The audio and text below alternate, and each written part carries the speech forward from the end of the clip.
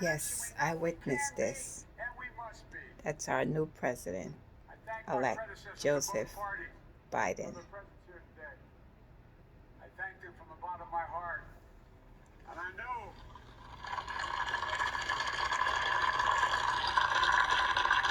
the resilience of our Constitution and the strength.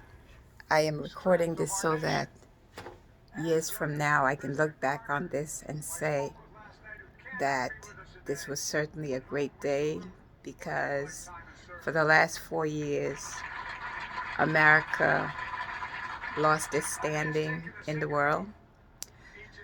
Former President Trump was not a president for the people.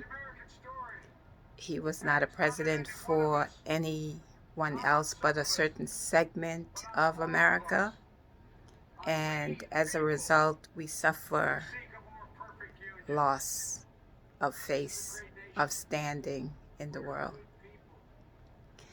But today it is my hope, with God's help, that America will once again claim the position that it once held in the world.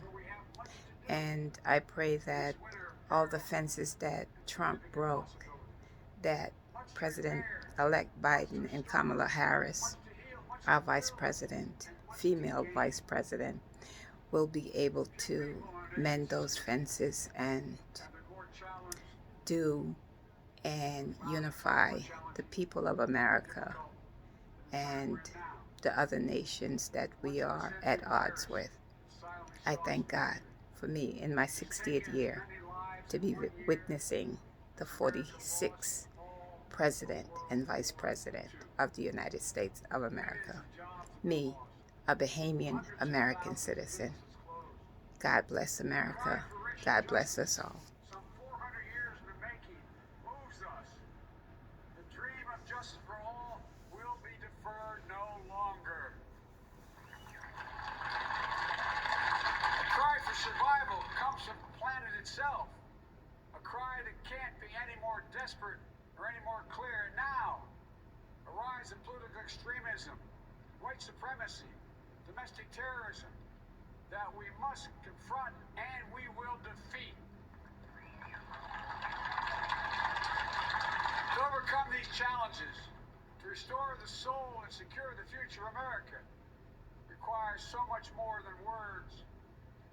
It requires the most elusive of all things in a democracy: unity.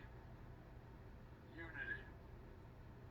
In another January, on New Year's Day in 1863, Abraham Lincoln signed the Emancipation Proclamation. When he put pen to paper, the president said, and I quote, "If my name ever goes down into history, it'll be for this act, and my whole soul is in it."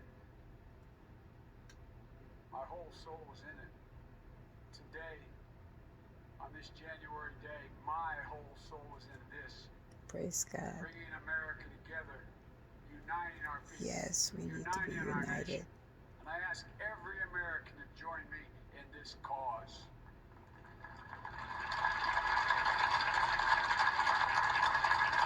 Uniting to fight the foes we face: anger, resentment and hatred, extremism, lawlessness, violence, disease, joblessness and hopelessness. With unity, we can do great things, important things. Yes.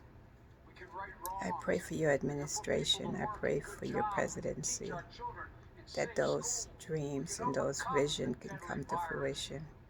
We can reward work and rebuild the middle class and make healthcare secure for all.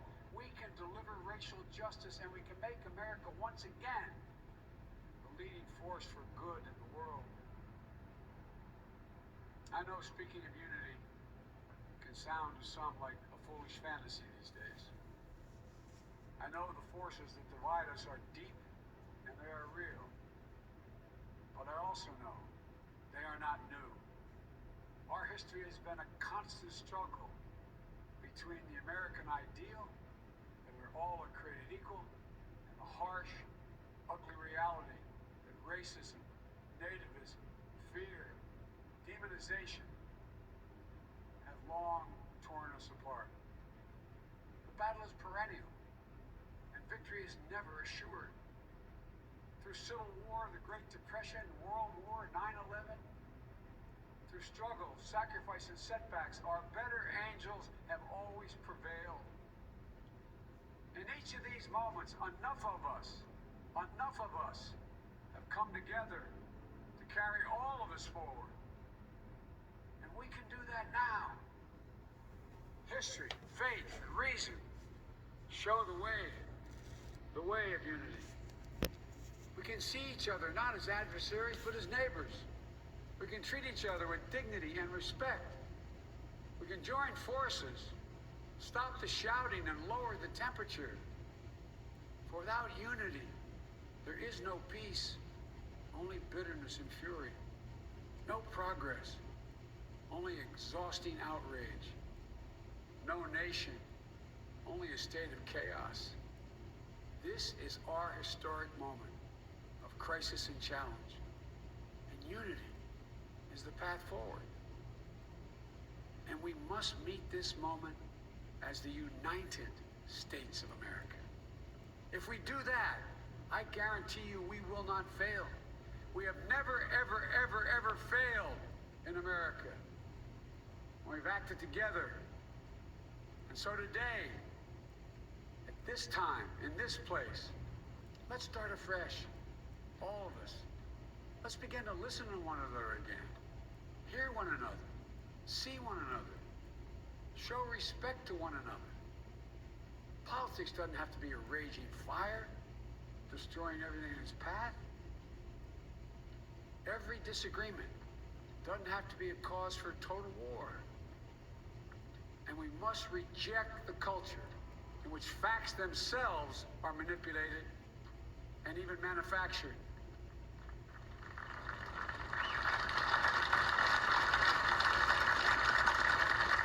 My fellow Americans, we have to be different than this. America has to be better than this. And I believe America is so much better than this. Just look around. Here we stand in the shadow of the Capitol Dome, as was mentioned earlier, completed amid the Civil War, when the Union itself was literally hanging in the balance. Yet we endured. We prevailed. Here we stand, looking out on the Great Mall, where Dr. King spoke of his dream. Here we stand, where 108 years ago, at another inaugural, thousands of protesters tried to block brave women marching for the right to vote. And today, we mark the swearing in of the first woman in American history elected to national office, Vice President Kamala Harris. Don't tell me things can't change. Here we stand, across the Potomac from Arlington Cemetery, where heroes who gave the last full measure of devotion rest in eternal peace. And here we stand, just days after a riotous mob thought they could use violence to silence the will of the people, to stop the work of our democracy, to drive us from this sacred ground. It did not happen. It will never happen.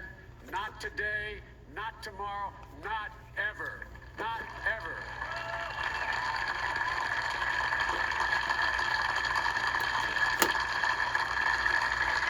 To all those who supported our campaign, I'm humbled by the faith you've placed in us. To all those who did not support us, let me say this. Hear me out as we move forward. Take a measure of me and my heart. If you still disagree, so be it. That's democracy. That's America. The right to dissent peaceably within the guardrails of our republic is perhaps this nation's greatest strength. Yet hear me clearly. Disagreement must not lead to disunion. And I pledge this to you. I will be a president for all Americans. All Americans. And I promise you, I will fight as hard for those who did not support me as for those who did.